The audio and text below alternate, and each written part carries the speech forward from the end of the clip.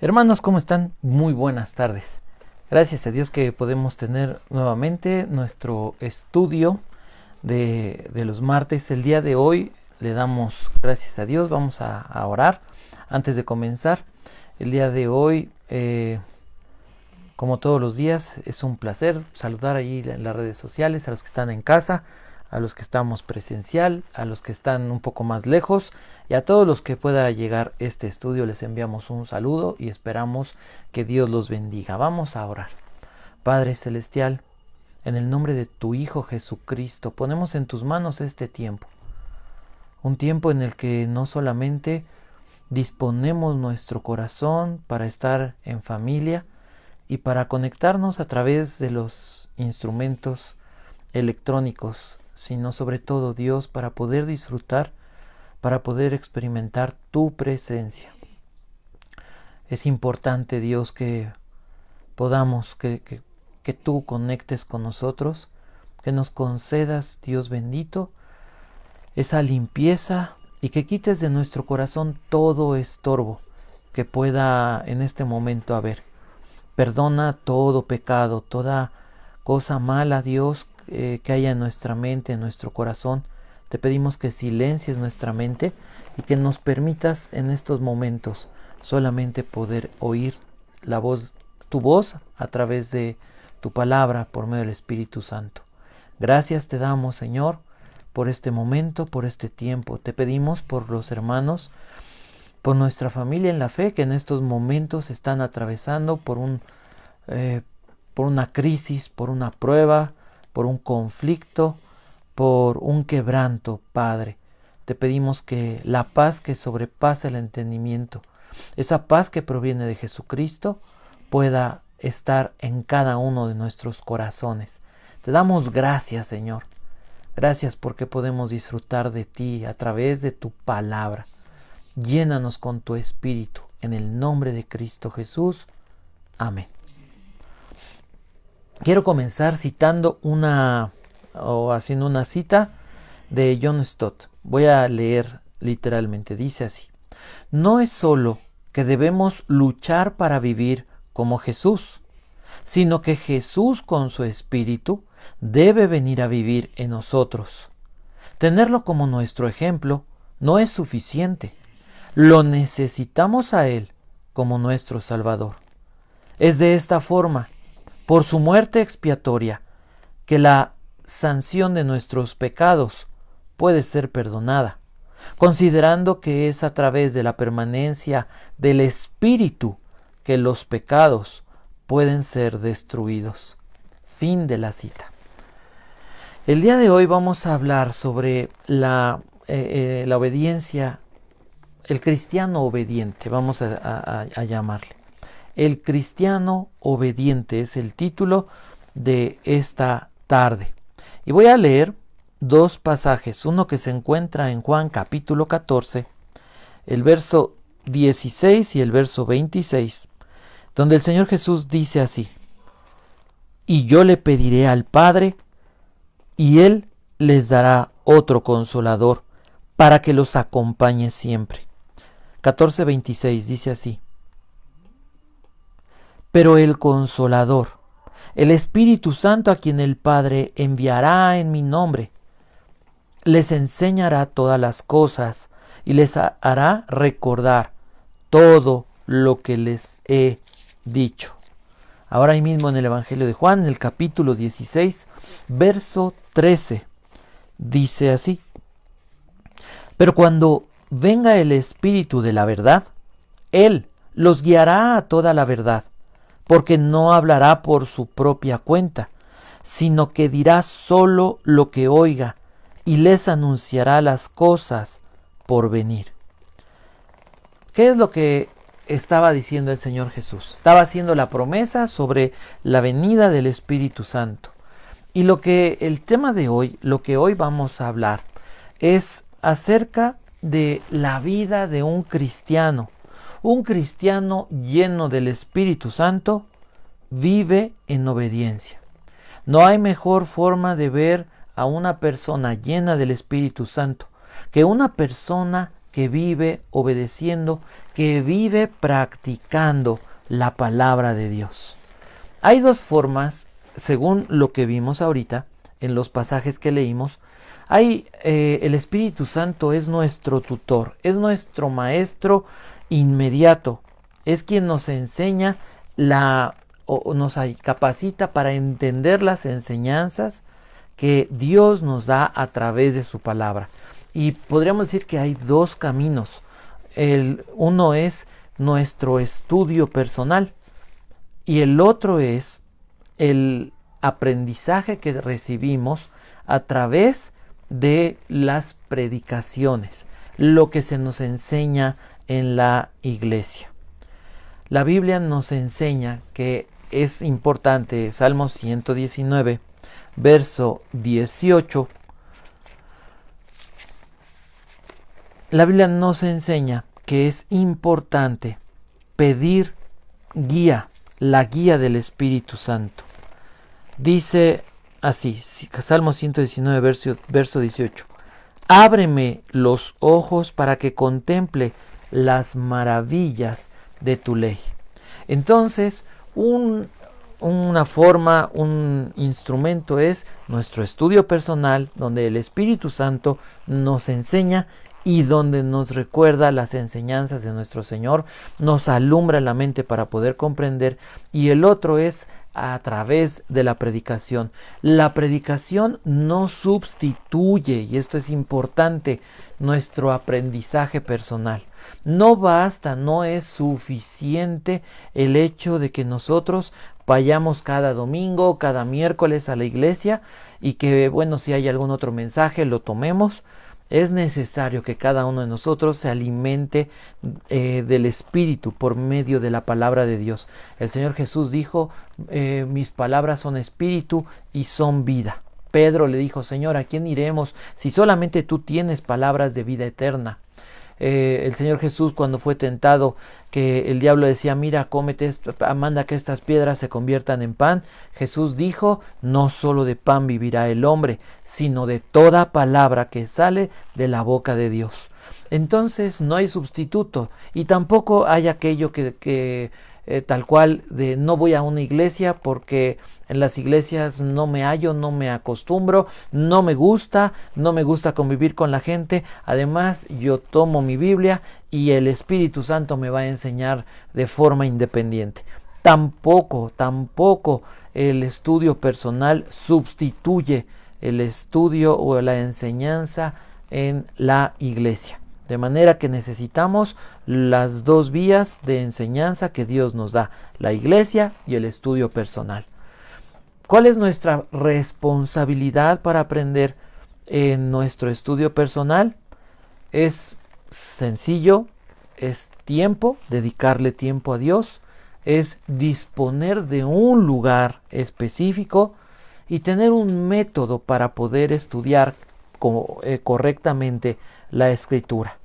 Solamente de esta manera podremos comprender, podremos ser obedientes a la palabra de Dios. La obediencia, y lo veremos a lo largo de este estudio, la obediencia no es solamente un mandato y una obediencia de deber, sino que la obediencia a Dios requiere de algunos elementos. La obediencia a Dios requiere que recordemos quién es Él. Nadie va a obedecer a una persona a menos que sepa y entienda el lugar que ocupa esa persona y el lugar que uno ocupa delante de esa persona. Dice la Biblia, 1 Juan capítulo 4, en el verso 8, dice así: el que no ama, no conoce a Dios, porque Dios es amor. Entonces, la obediencia es el resultado, de acuerdo a la Biblia, al amor que podamos tener por Dios. Ahí en Apocalipsis 4:11, la Escritura también nos menciona lo siguiente. Dice así: digno eres, Señor y Dios nuestro, de recibir la gloria, la honra y el poder, porque tú creaste todas las cosas, por tu voluntad existen y fueron creadas. ¿Cómo entonces para que nuestro corazón sienta ese deseo amoroso de obedecer lo que la Biblia enseña, lo que Dios dice en su palabra? Dos elementos. El primero es que Dios creó todas las cosas por su voluntad. Y el segundo es que la obediencia a Dios no la demanda como un acto ciego, como un acto sufrido, un sacrificio, sino que Dios establece que la obediencia debe ser el resultado de nuestro amor por Dios. Vayamos a Deuteronomio capítulo 10, verso 12 y verso 13. Dice así: y ahora, Israel, ¿qué te pide el Señor tu Dios? Simplemente que le temas y andes en todos sus caminos, que lo ames y le sirvas con todo tu corazón y con toda tu alma. Verso 13. Y que cumplas los mandamientos y los preceptos que hoy te manda cumplir, para que te vaya bien. ¿Qué dice? ¿Qué es lo que este verso establece? Tener temor, tener respeto, entender que Él es Dios, que Él es mayor. Que nuestra vida sea, que vivamos una vida que le agrade, que vivamos una vida donde mostremos que lo amamos, donde dispongamos nuestro corazón a servirlo y que lo sirvamos precisamente con toda actitud o con toda intención. Estas vienen siendo, o vamos viendo, las bases para la obediencia. Recapitulando, 1 Juan dice que obedecer a Dios implica que lo conocemos y que lo amamos. Apocalipsis dice que obedecemos a Dios, que podemos obedecer a Dios, que debemos obedecer a Dios porque Él es el creador, porque Él nos creó. Ahora, Deuteronomio, Moisés le escribe al pueblo de Israel y es una enseñanza que sí se puede aplicar a nuestras vidas, y dice lo siguiente: ¿qué es lo que Dios está pidiendo? ¿Y qué es lo que dice este verso? Dice que Dios quiere que le temamos, que busquemos agradarle con nuestra vida, que lo amemos y que lo sirvamos con todo nuestro corazón y con toda nuestra mente. Y volvamos a primera carta de Juan, capítulo 5. En el verso 15 dice así: y si sabemos que Dios oye todas nuestras oraciones, podemos estar seguros de que ya tenemos lo que hemos pedido.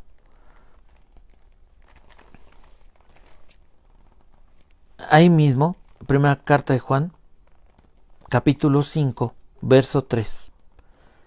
Dice así: en esto consiste el amor, en que obedezcamos sus mandamientos, y estos no son difíciles de cumplir. Entonces, nos dice todos estos pasajes que la base de la obediencia sobre lo que Dios nos dice, lo que Dios quiere es que lo obedezcamos por amor. Que pueda haber una actitud amorosa a Dios, que nuestra vida sea agradable a Dios por amor, que estemos pensando de esta manera, en la manera en la que vivo, cada actitud, cada acción, cada palabra que decimos, que hacemos, muestra amor hacia Dios. Esa podría ser una forma de establecer un parámetro en nuestra mente para que podamos nosotros saber si estamos amando a Dios. ¿Cómo sabemos? Porque muchas veces podremos preguntar, bueno, ok, quiero obedecer a Dios y creo que amo a Dios, pero ¿cómo sé lo que Dios desea para mi vida? Y sería una pregunta muy básica, pero también es una pregunta muy, muy oportuna, y una pregunta que reflejaría realmente interés en lo que piensa Dios, en lo que Dios desea. ¿Qué nos dice la Biblia? Primero, Partimos de que la Biblia es la revelación de Dios sobre toda la verdad. Lo que queramos saber nosotros sobre la realidad de la vida, de la existencia, de Dios, de nuestra relación con Dios, de nosotros mismos, todo está revelado con verdad absoluta en la Biblia, en la palabra de Dios. Ahora, no solamente basta con decir que saber o conocer lo que la Biblia dice, sino hay que también comenzar o pasar al siguiente paso, que es practicar u obedecer la Escritura. Dice el Salmo 119 nuevamente, en el verso 11: en mi corazón atesoro tus dichos para no pecar contra ti. En mi corazón atesoro tus dichos para no pecar contra ti. Entonces, la Biblia debe convertirse para nosotros en la fuente de riqueza, en donde se encuentran los revelados, los secretos más grandes, los tesoros más grandes de Dios. En mi corazón he guardado tus dichos para no pecar, dice la Reina Valera 60. ¿Cómo es que vamos a ir conociendo y poder obedecer la palabra de Dios? En la medida que su palabra sea un tesoro para nuestras vidas. Ahí mismo en el Salmo 119, pero el verso 105 dice así: tu palabra es una lámpara a mis pies, es una luz en mi sendero. ¿Qué es lo que dice? Que la Biblia es una lámpara, es una luz que puede alumbrar nuestros caminos.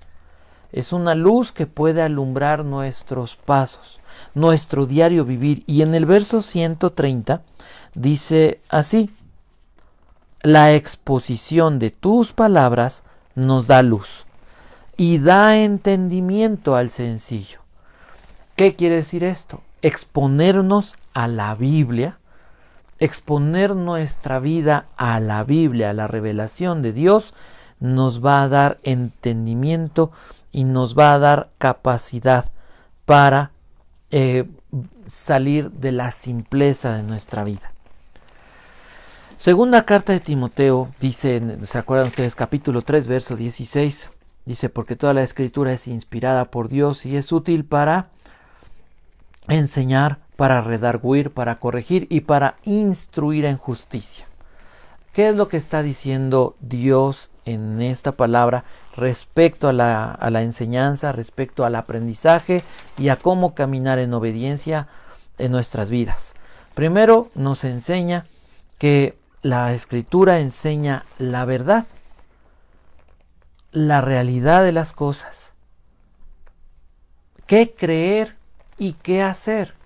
La Biblia nos enseña acerca de la verdad, qué debo creer, qué no debo creer, y qué hacer y qué no hacer.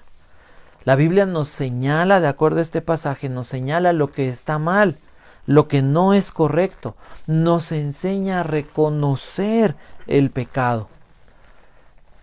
Nosotros podríamos darnos cuenta de cómo nuestros pensamientos, cómo nuestra mente es ociosa.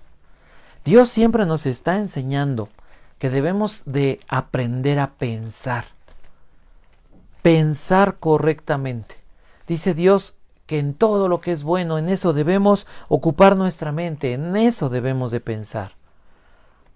Dice la Escritura, se los voy a leer, Filipenses capítulo 4.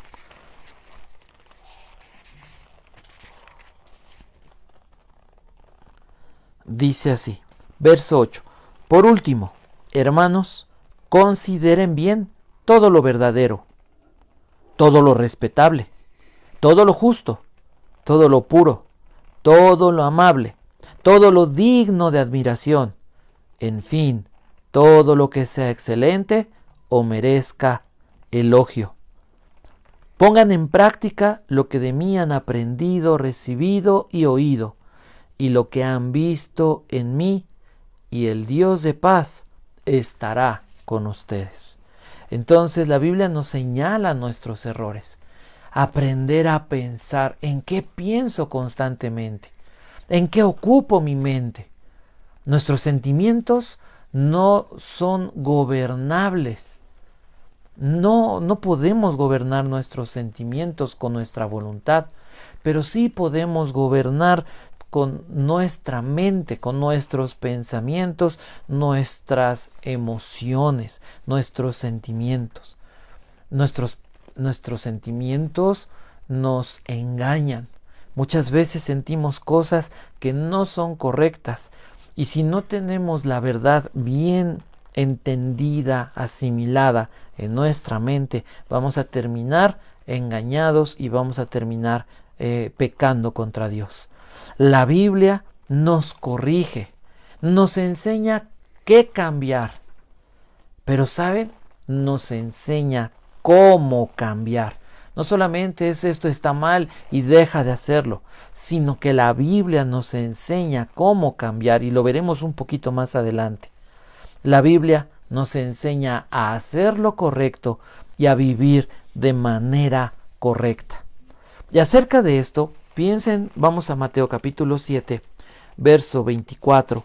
Espero que puedan tomar nota y espero que puedan comenzar, a escribir estos versos para que los puedan meditar el resto de esta semana. Por lo siguiente, vean lo que dice el Señor Jesús. Mateo capítulo 7 del verso 24 en adelante. Dice así: por tanto, todo el que me oye estas palabras y las pone en práctica es como un hombre prudente que construyó su casa sobre la roca. Cayeron las lluvias, crecieron los ríos, y soplaron los vientos, y azotaron aquella casa. Con todo, la casa no se derrumbó, porque estaba cimentada sobre la roca. Pero todo el que me oye estas palabras y no las pone en práctica es como un hombre insensato que construyó su casa sobre la arena. Cayeron las lluvias, crecieron los ríos, soplaron los vientos y azotaron aquella casa. Esta se derrumbó y grande fue su ruina. ¿Qué dice el Señor Jesús? Presenta dos tipos de personas: uno prudente, un insensato. El prudente edifica, o cada uno edificó sobre un material diferente, y ese material podríamos entender que ese material pueden ser las palabras de Dios, o puede ser las palabras o los pensamientos que cada persona tiene, o que que vienen influenciados por el mundo. Los dos tipos de personas fueron expuestos a las mismas fuerzas, los vientos, las lluvias y los ríos. Las mismas pruebas, las mismas situaciones vivimos todos en la vida. Sin embargo, hubo una diferencia grande: que uno escuchó la palabra de Dios y el otro no quiso escucharla.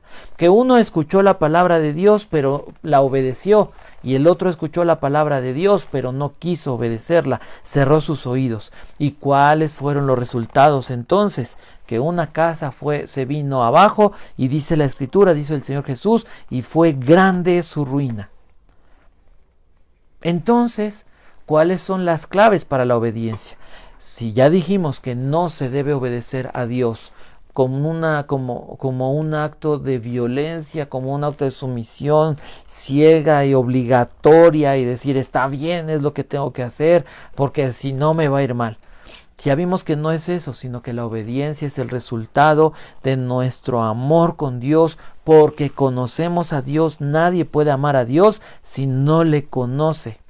Y vemos que las consecuencias de conocer, amar, obedecer a Dios son diferentes, de una vida próspera, una vida bendita, a una vida de ruina. Entonces necesitamos saber cuáles son las claves para la obediencia. Dios no espera que vivamos una vida de obediencia en nuestras fuerzas, porque no podemos. Todos sabemos que si hacemos algo incorrecto nos va a ir mal, y todos sabemos que si hacemos de acuerdo a las leyes de Dios lo que Dios manda, por consecuencia hay bendición. Pero ¿quién puede vivir por sus propias fuerzas en obediencia a Dios? Demostrado desde la entrega de la ley en Éxodo capítulo 20 en adelante, y todo el periodo del Antiguo Testamento quedó demostrado que el hombre, por sus propias capacidades, por sus propias fuerzas, por su propia inteligencia, por su propia moral, por su propia espiritualidad, no puede obedecer a Dios. Entonces, encontramos que el Señor Jesús nos deja dicho en Hechos capítulo 1 que la única manera de poder cumplir con sus mandamientos, de ser obedientes a Dios, y lo leímos en Mateo capítulo 7, es oír a Dios y entender que Él ya nos ha provisto de todo lo necesario para obedecerlo. Dice primera carta a los Corintios capítulo 3 verso 16. ¿Qué dice la Escritura sobre estas capacidades? ¿Cómo es que Dios nos ha capacitado para poder obedecerlo? Dice así: ¿no saben que ustedes son templo de Dios y que el Espíritu de Dios habita en ustedes? Primero, ¿qué está diciendo? Que el Espíritu Santo vive en nosotros.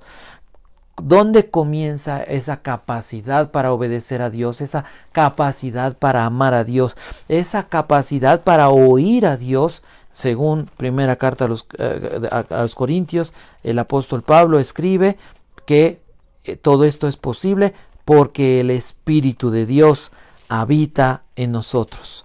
Segunda carta a los Corintios, capítulo 6, dice también, añade algo más. Capítulo 6, verso 16 dice así: ¿en qué concuerdan el templo de Dios y los ídolos? Porque nosotros somos templo de Dios, somos templo del Dios viviente. Como Él ha dicho: viviré con ellos y caminaré entre ellos. Yo seré su Dios y ellos serán mi pueblo. ¿Cuál es el segundo recurso que encontramos aquí? No solamente es que Dios vive en nosotros, sino que Dios habita. Somos templo de Dios. Somos el lugar donde Dios establece o reposa su presencia. Gálatas capítulo 2, verso 20 dice así: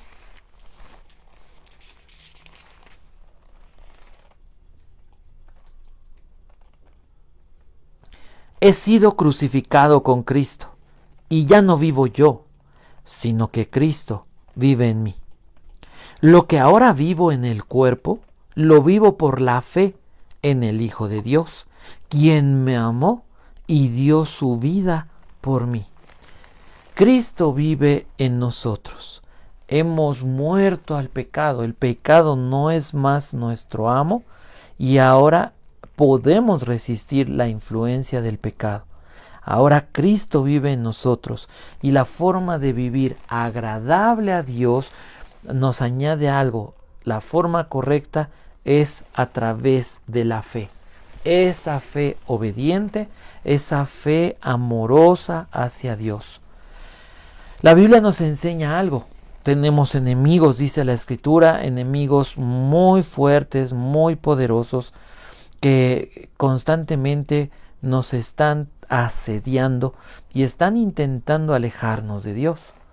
Pero primera carta de Juan, capítulo 4, dice así: ustedes, queridos hijos, son de Dios y han vencido a esos falsos profetas, porque el que está en ustedes es más poderoso que el que está en el mundo. Dice la Reina Valera 60, mayor es el que está en ustedes que el que está en el mundo. ¿Qué quiere decir entonces este pasaje?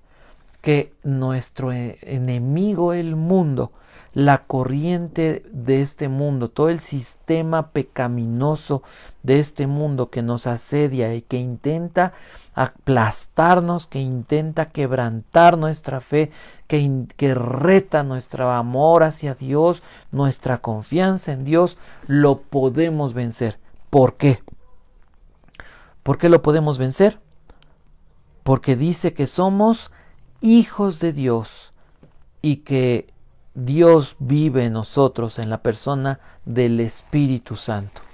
Segunda carta a Timoteo, capítulo 1, verso 7, dice que Dios no nos ha dado un espíritu de cobardía, sino de poder, dice la NBI. Pues Dios no nos ha dado un espíritu de timidez, sino de poder, de amor y de dominio propio.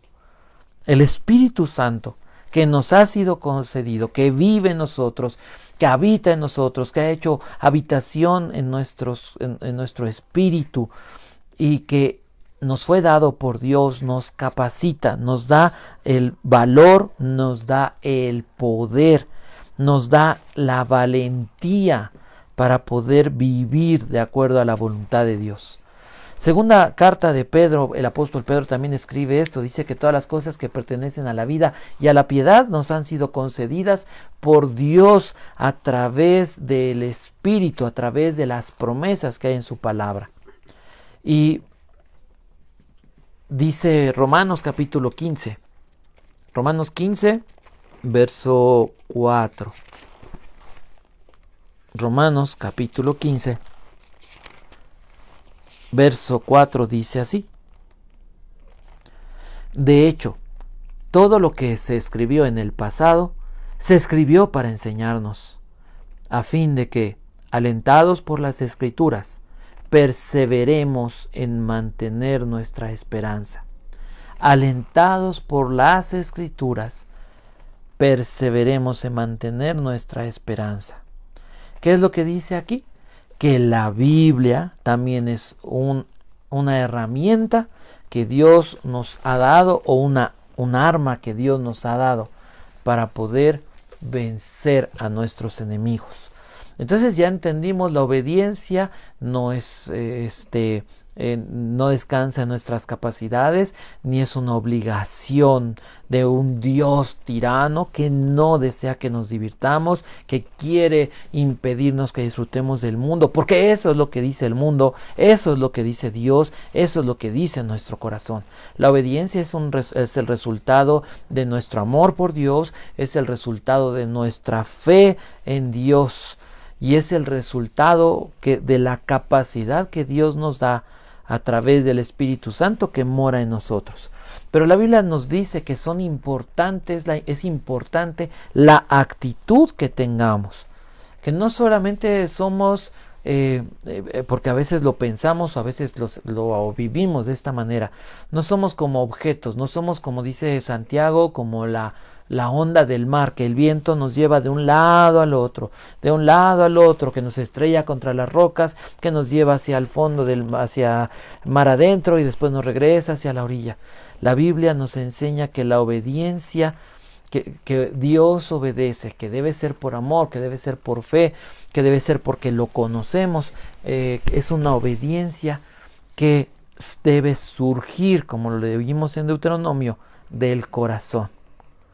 Que debe ser una obediencia, voy a leer el Salmo 48, que debe ser una obediencia que debe causar placer, que debe ser un deleite. Dice así, Salmo 48, me agrada, Dios mío, hacer tu voluntad. Tu ley la llevo dentro de mí. Nuevamente, me agrada, Dios mío, hacer tu voluntad. Tu ley la llevo dentro de mí. Tu ley la llevo dentro de mí. Me agrada. Vivir en obediencia es un acto de amor. Amo a Dios quien me ama. Creo en Dios, confío en Dios porque Él me ama. Obedezco a Dios porque conozco a Dios.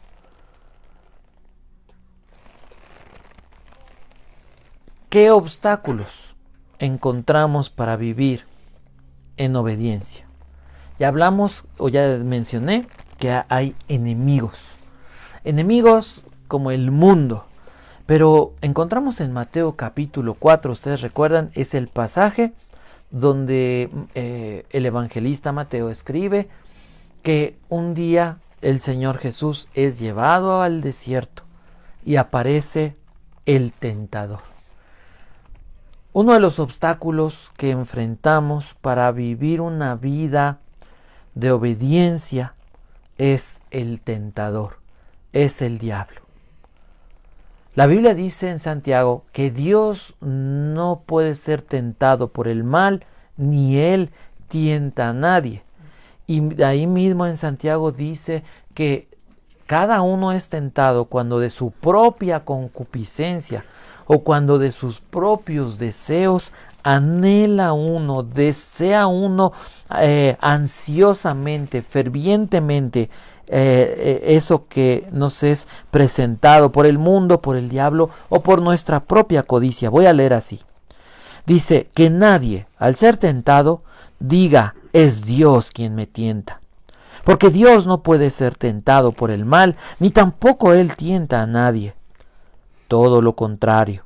Cada uno es tentado cuando sus propios malos deseos lo arrastran y lo seducen. Y podemos pensar en un ejemplo terrible. ¿Se acuerdan ustedes de Acán?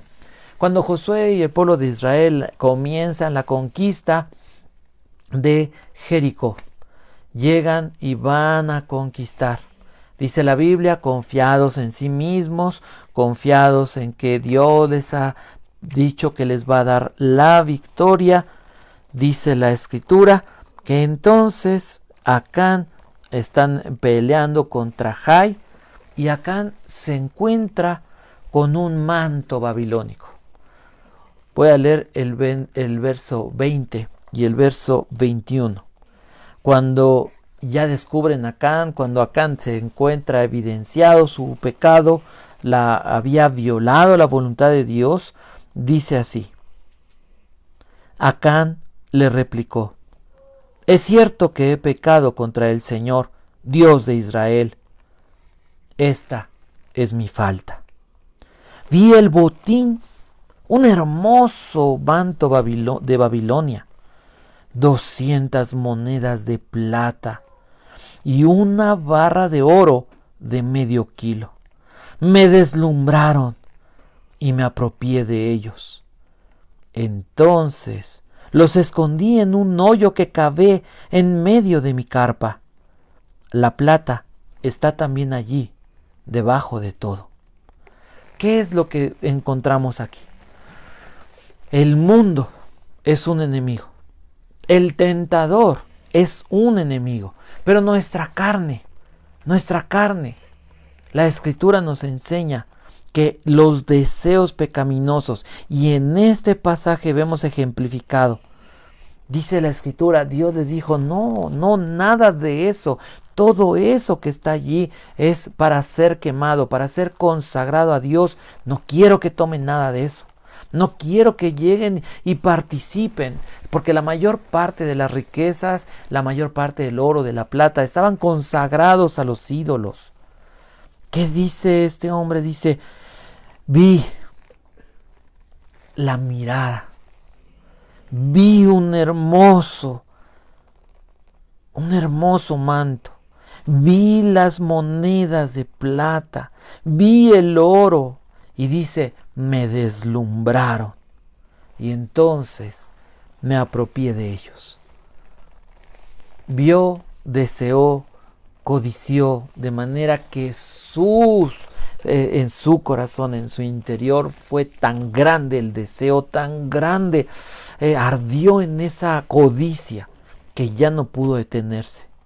Y entonces, el pecado a que lleva Isaías capítulo 53. ¿Qué es lo que produce que nos dejemos llevar por nuestros enemigos, por el tentador, por los ofrecimientos del mundo, por la codicia del corazón. Dice así Isaías 53:6: todos andábamos perdidos como ovejas. Así es como terminamos por causa del pecado. Así es como el pecado y los deseos del pecado nos arrastran. Santiago 4:17 dice que al que sabe hacer lo bueno y no lo hace, esto es pecado. No solamente es lo que codiciamos, no solamente es lo que tomamos o lo que deseamos del mundo, lo que hacemos contrario a la voluntad de Dios, porque dice el apóstol Juan, primera carta de Juan, dice que toda transgresión de la ley es pecado, sino aun cuando somos tentados a no hacer lo que sabemos que es correcto delante de Dios. Cuando sabemos que algo que es bueno delante de Dios y hacemos lo contrario, cuando dejamos de cumplir la voluntad de Dios, cuando nos hacemos de la vista gorda ante las situaciones, ante las injusticias, ante la maldad del mundo, cuando buscamos evadir nuestra responsabilidad, cuando le damos la espalda a la necesidad de las personas, en esos momentos es cuando nosotros nos caemos extraviados por causa del pecado. Pero Dios nos ha dado no solamente las armas, los elementos para vencer y para vivir una vida de obediencia, una vida llena del Espíritu Santo, una vida que glorifica a Dios, una vida que alaba a Dios. ¿Qué nos dice la Biblia? Las estrategias que Dios nos enseña. Primera carta a los Corintios, capítulo 10, verso 13, dice así: ustedes no han sufrido ninguna tentación que no sea común al género humano, pero Dios es fiel y no permitirá que ustedes sean tentados más allá de lo que puedan aguantar. ¿Qué dice la Escritura? Que no hay una tentación que podamos decirle a Dios, es que ya no pude, fue más fuerte que yo. ¿Qué dice aquí? Literalmente dice Dios, no hay ninguna tentación que sea sobrehumana. Dice, Dios es fiel y no permitirá que sean tentados más de lo que puedan aguantar. Dios está con nosotros. La omnisciencia, la omnipresencia y la omnipotencia de Dios está con nosotros, porque Dios vive en nosotros y no podemos decirle a Dios, no pude. Hacer esto significa que hemos fracasado porque hemos deseado, porque nuestra carne, el deseo de nuestra carne ha sido mayor que la voz de Dios. Pero si hubiéramos caído y hubiéramos pecado, dice un segundo elemento de victoria. Dice la Escritura, que si confesamos nuestros pecados, Él es fiel y justo para perdonar nuestros pecados. Si confesamos, si pecamos, ¿cuál es la solución? Confesar nuestros pecados. Dice David en el Salmo 32, en el 5. Pero te confesé mi pecado y no te oculté mi maldad. Me dije, voy a confesar mis transgresiones al Señor y tú perdonaste mi maldad y mi pecado. ¿Qué es lo que dice? Si confiesas tu pecado, y encontramos el testimonio de alguien que versos antes dice, mientras guardé silencio, mis huesos se fueron consumiendo por mi gemir de todo el día. El pecado trae tristeza. El pecado nos consume por dentro. El pecado puede enfermarnos por dentro. Verso 4 dice así: mi fuerza se fue debilitando. Y podemos hablar de la fuerza física, de la vitalidad, pero también podríamos hablar de la fuerza espiritual, de la fuerza de nuestra fe. Como el calor del verano, porque Dice, mi fuerza se fue debilitando como al calor del verano, porque día y noche tu mano pesaba sobre mí. Ante estas situaciones, dice entonces, pero te confesé mi pecado y no te oculté mi maldad. Sé que confesarle nuestros pecados a Dios muchas veces nos da vergüenza. Decirle a Dios, he pecado y he sido igual que cualquiera de aquellos hombres, igual que Elías en su depresión, en su duda, en su quebranto, en su desánimo, en su enojo, en su amargura, en su desaliento, en su ansiedad. Decirle, he sido igual que Moisés, gobernado por mi carácter, por el enojo. O decirle, he sido como Salomón, he sido como cualquiera de estos hombres. Dice la Escritura, mientras no confieses tu pecado, te vas a consumir. Y te vas a consumir por dentro. Y la tristeza, y la angustia, y la soledad, y la depresión te va a llenar el corazón. Entonces, ¿qué es lo que debemos hacer según esto? Es confesar nuestros pecados. Proverbios 4, capítulo 4, dice también, habla sobre esto, en el verso 13 al verso 15.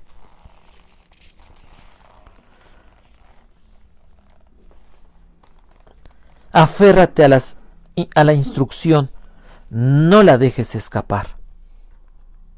Cuídala bien, que ella es tu vida. No sigas la senda de los perversos, ni vayas por el camino de los malvados.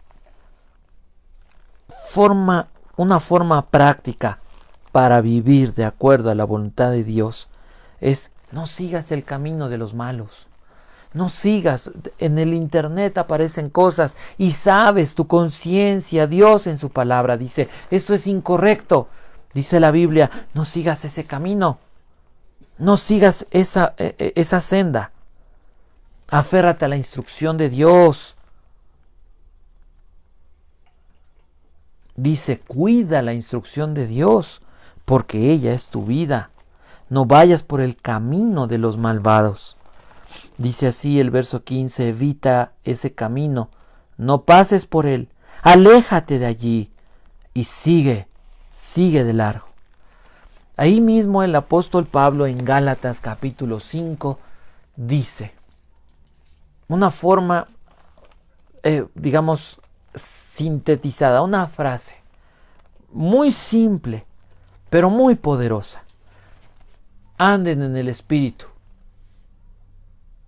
Vivan en el Espíritu. ¿Qué significa esto? Vivan en el Espíritu. Parece tan fácil, parece a veces tan místico, tan incomprensible a veces.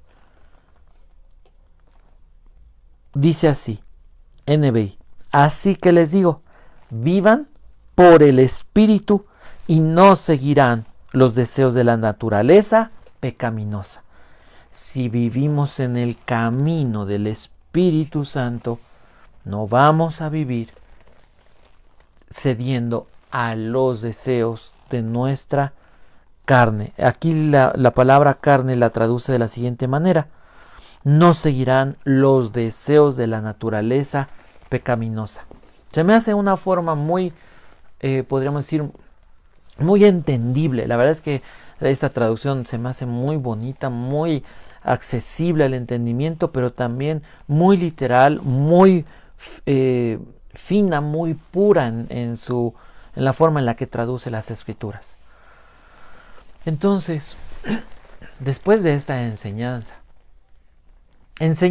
sin práctica no funciona, porque vamos a llegar a ser personas con grandes conocimientos, pero que nos vamos a parecer mucho o en todo a los religiosos, a los fariseos, a aquellos que un día se alejaron de Dios.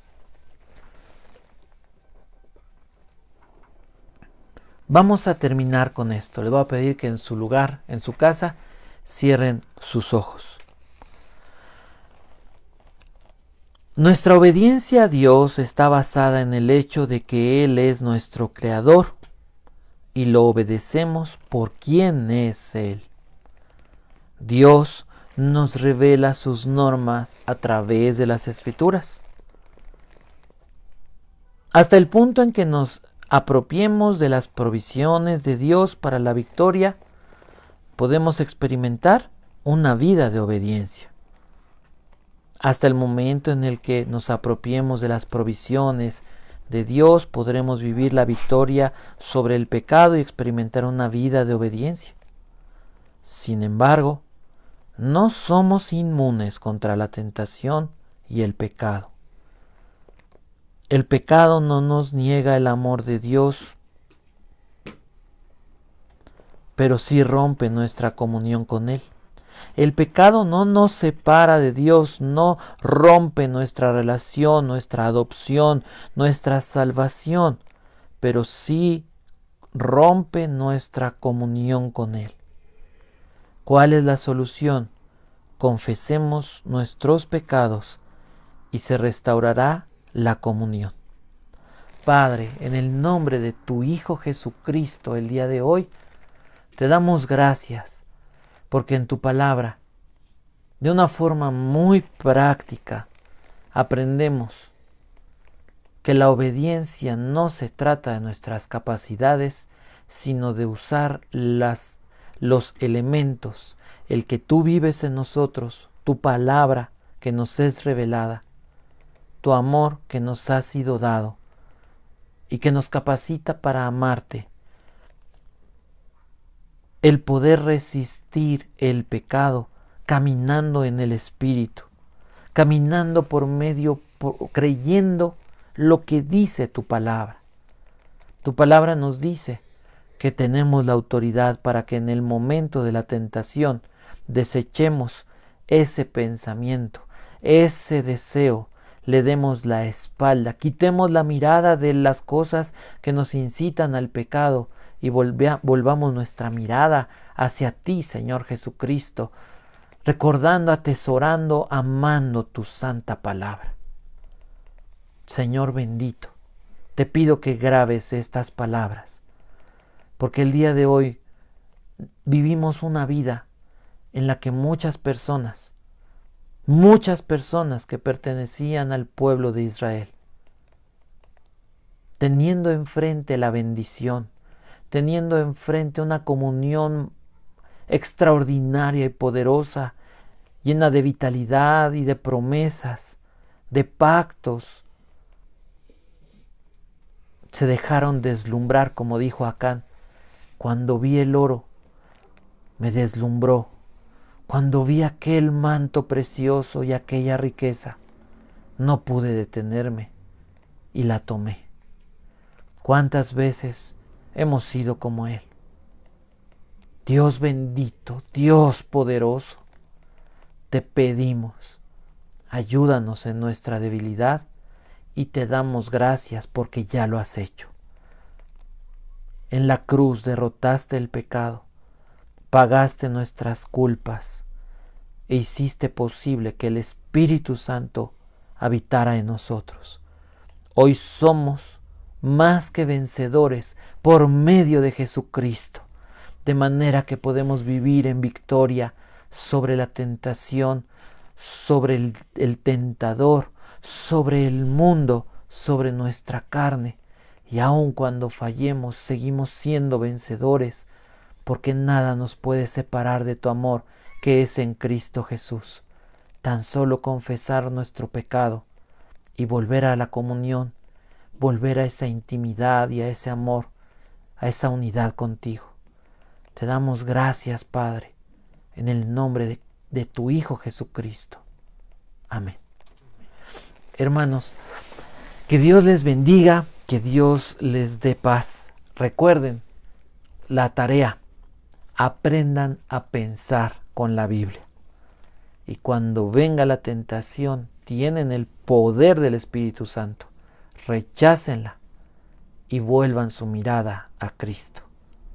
Que Dios los bendiga, hermanos, que Dios les dé mucha paz. Shalom.